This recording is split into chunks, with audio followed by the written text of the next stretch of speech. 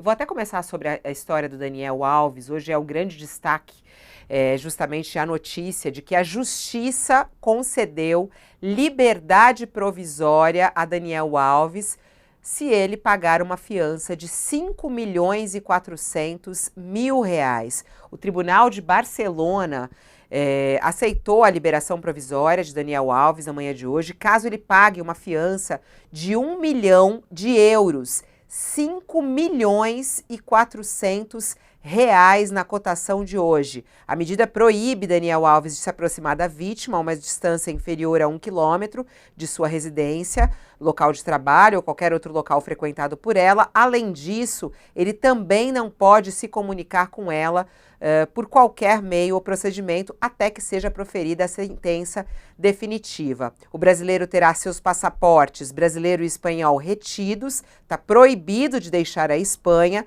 Daniel também terá que comparecer semanalmente ao tribunal, bem como quantas vezes for convocado pela autoridade jurídica. Há já muita repercussão em relação a isso, muitas pessoas nas redes sociais, principalmente mulheres, comentando sobre essa decisão da Justiça espanhola, entre elas, inclusive, a presidente do PT, a deputada federal Gleisi Hoffmann, foi às redes sociais hoje para falar sobre isso. Diz ela: sobre Daniel Alves, o agressor sexual, o primeiro erro foi a Justiça da Espanha ter reduzido a pena mediante a multa de 150 mil euros paga pela família de Neymar. Vale lembrar, ela diz aqui. E aí, agora, a liberdade provisória sob a fiança de 1 milhão de euros. No final, a condenada sempre é vítima estuprada que carregará os traumas pelo resto da vida.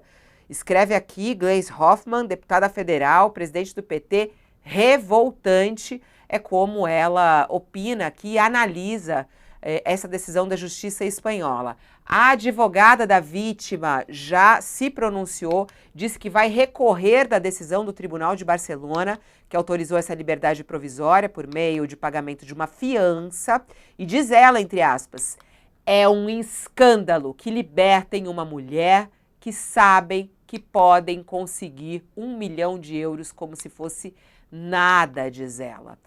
E ela falando aí sobre essa questão do dinheiro, né? Ela fica indignada, ela fala, parece que está sendo feita justiça para os ricos, é o que diz a Esther Garcia. Já estamos aqui com a Cris Fibe e também com o Walter Mairovich para que a gente possa repercutir esse caso do Daniel Alves. Olá, Cris, bom dia para você.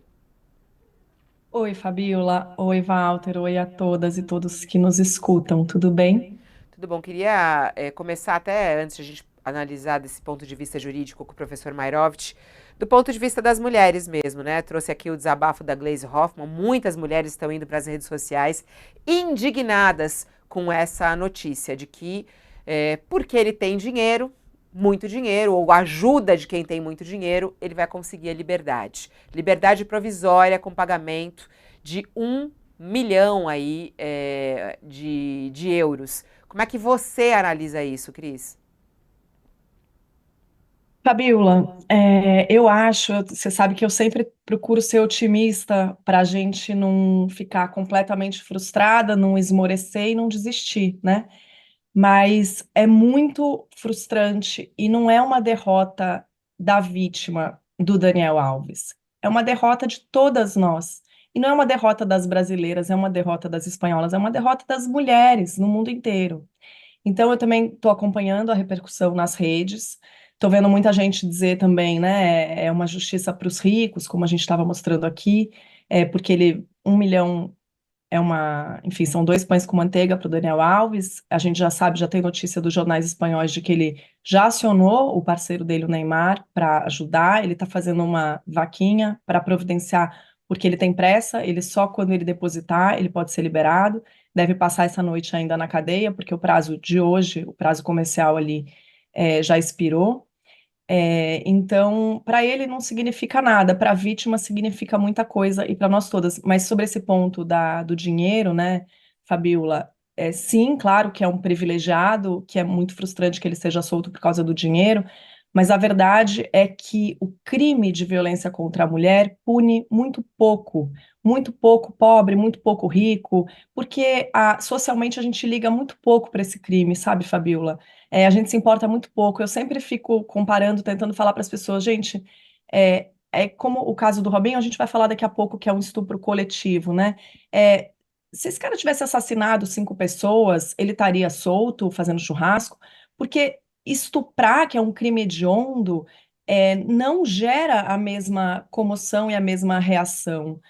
Rápida, contundente, e porque o que que é, né, a punição para o Daniel Alves? A punição para o Daniel Alves é um recado para todos os homens de que eles não podem fazer esse tipo de coisa que o Daniel Alves fez. Eles não podem violar o limite do nosso corpo, nós mulheres, sem punição. Esse recado da impunidade é péssimo. E, Fabiola, eu fui otimista quando a gente conversou, tentando comemorar a condenação dele, embora a pena tenha sido pequena, porque ainda assim era um recado de que eles não passariam impunes. Só que agora essa pena baixa também teve impacto na avaliação do risco que o tribunal faz para liberar o Daniel Alves. Isso também teve impacto.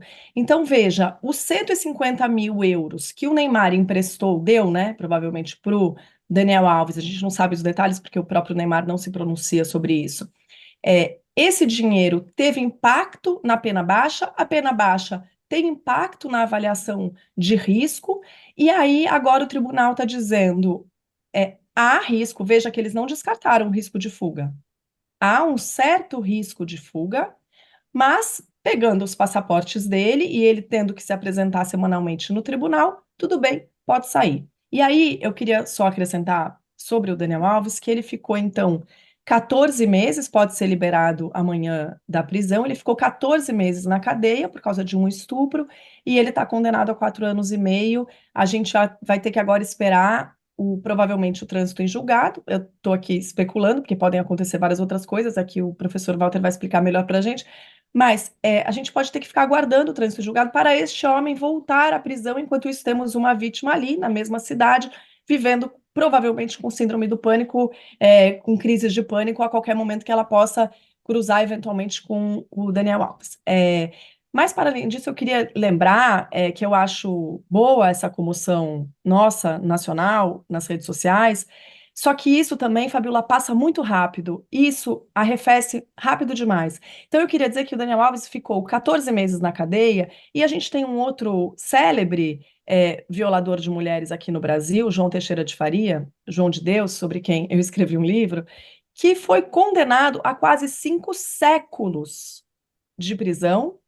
Ele foi acusado oficialmente, registrado, por mais de 300 mulheres, por estupros que aconteceram durante 40 anos, e o João Teixeira de Faria ficou 15 meses na prisão, foi liberado sob o argumento de risco de Covid em março de 2020 e nunca mais voltou. João de Deus está em prisão domiciliar e a casa de Dom Inácio, onde os estupros aconteceram, está aberta e em pleno funcionamento, sem nenhum instrumento que impeça João Teixeira de levar os ganhos que venham de lá, os ganhos financeiros.